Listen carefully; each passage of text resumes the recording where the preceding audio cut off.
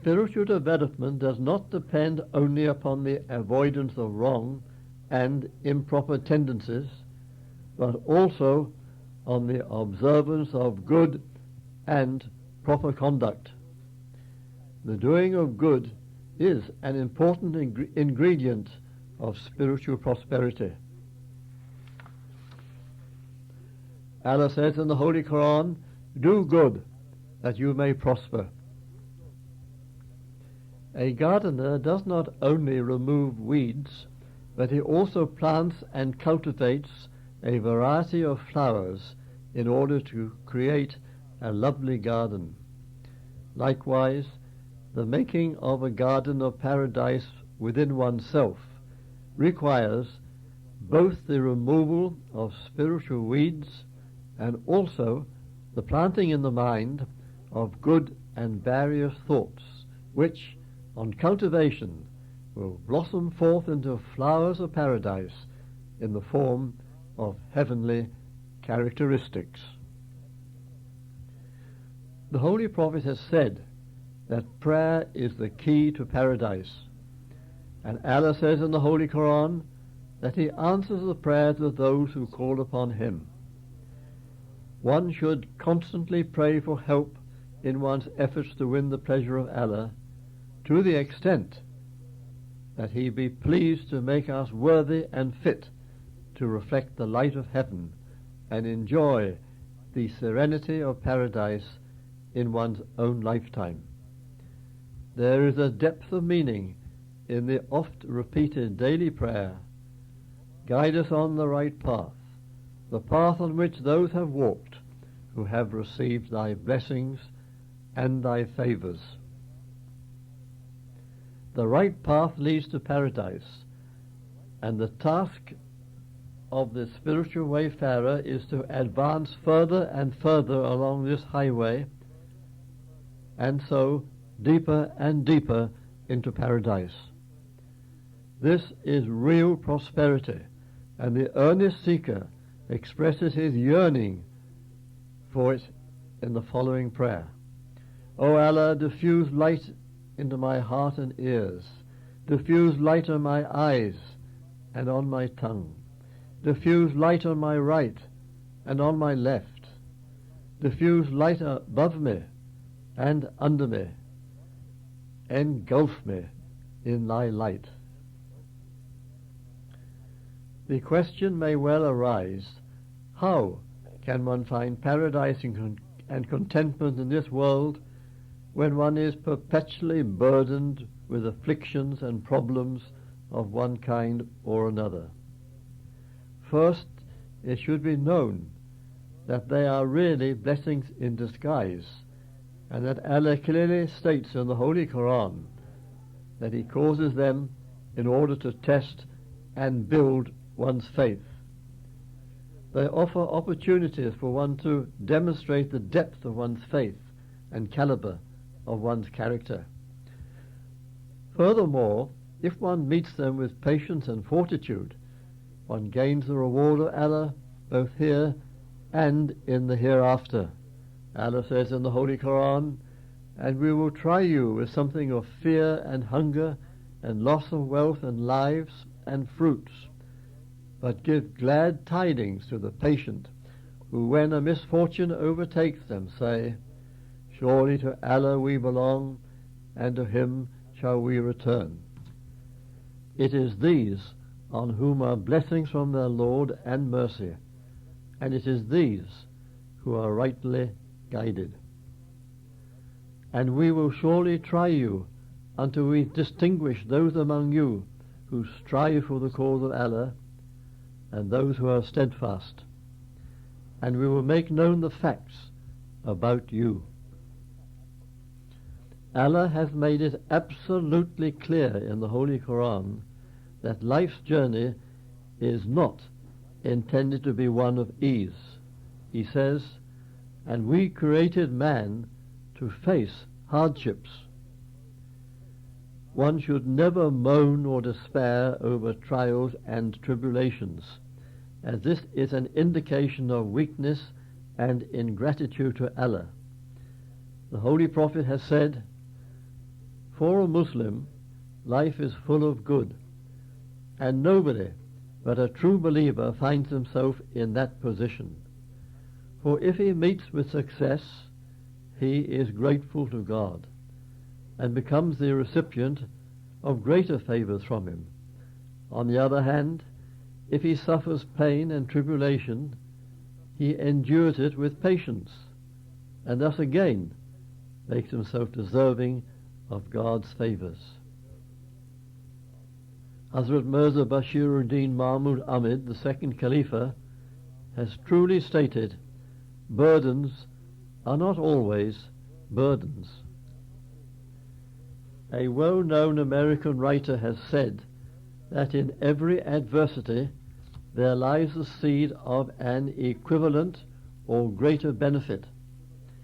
That is to say, one can find and gain some advantage from every adversity. This truth has been confirmed in the Holy Quran. The American writer was not a Muslim, but the following words he has written may well be appreciated by everybody. He wrote, "I am thankful for the adversities which have crossed my pathway, for they have taught me tolerance, sympathy, self-control, perseverance, and some other virtues I might never have known." Charles Darwin, the famous natural scientist of the last century, who wrote The Origin of the Species, in which he endeavoured to prove that man evolved from the monkey family, was a man who suffered from ill health, but made use of it to his own advantage. He said, "If I had not been so great an invalid, I should not have done so much work as I have accomplished." The Holy Quran teaches that one should be patient in times of adversity when things seem to go wrong and against one's personal interests. One should not despair or become unduly frustrated. Only then can one enjoy the sweetness of paradise in the midst of the storms of life. Misfortunes are inevitable. One must learn to bear and cope with them patiently and successfully. This is one of the important battles of life in which one must emerge victorious. One should not weaken under adversity, but resolve to remain poised and strong in behavior during the darkest night, just as one would during the sunniest day. Normally, one worries an unnecessary amount over adversities, setbacks, failures, disappointments, etc. By so doing, one cannot enjoy peace of mind, which is one of the blessings of paradise. Worry is generally caused not so much by the problem itself, but by the wrong attitude one adopts towards it. Take two people with identical problems. One frets and fumes and becomes highly distracted. The other remains cool and calm. The problem was one and the same, but the opposite reactions of the two persons were caused by their different attitudes. Islam teaches that one should approach every adversity or problem with a patient attitude, and if one does this, then the state of one's mind remains stable and poised, with the result that the heart remains strong and at rest in spite of disturbing influences. One should therefore endeavour to be patient and seek the good in everything. Allah has decreed that no one will escape hardships and misfortunes. One should expect them, and when they come, to make the best of them, without complaints or grievances, and with a positive attitude. Then one can begin to find paradise in this world, no matter what may be the circumstances one has to meet in life. The Holy Quran teaches that paradise in the hereafter is an abode of joy and tranquility. No dark clouds will cast their shadows upon the soul, but on the contrary, it will continually be bathed in the sunshine of heaven. Serenity and love will prevail in place of anxiety and rancor. Allah says in the Holy Quran, "Verily the righteous will be placed amidst gardens and fountains. Enter therein with peace and safety. And we, God, shall remove whatever of rancor may be in their breasts, so that they will become as brothers seated on thrones, facing one another." One who wishes to walk in paradise on this earth should strive to disperse from his mind every dark or improper thought, because thought is the architect of character.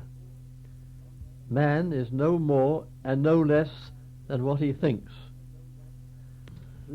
Through the power of the will and the help of Allah, one should not allow any satanic thoughts or moods to enter the mind. No doubt this is not an easy task, for Satan is a powerful enemy. Nevertheless, one should be ever watchful and on guard. Otherwise, they will do untold damage and seriously hinder the development of a heavenly demeanor. The following is a list of dark moods which one should avoid: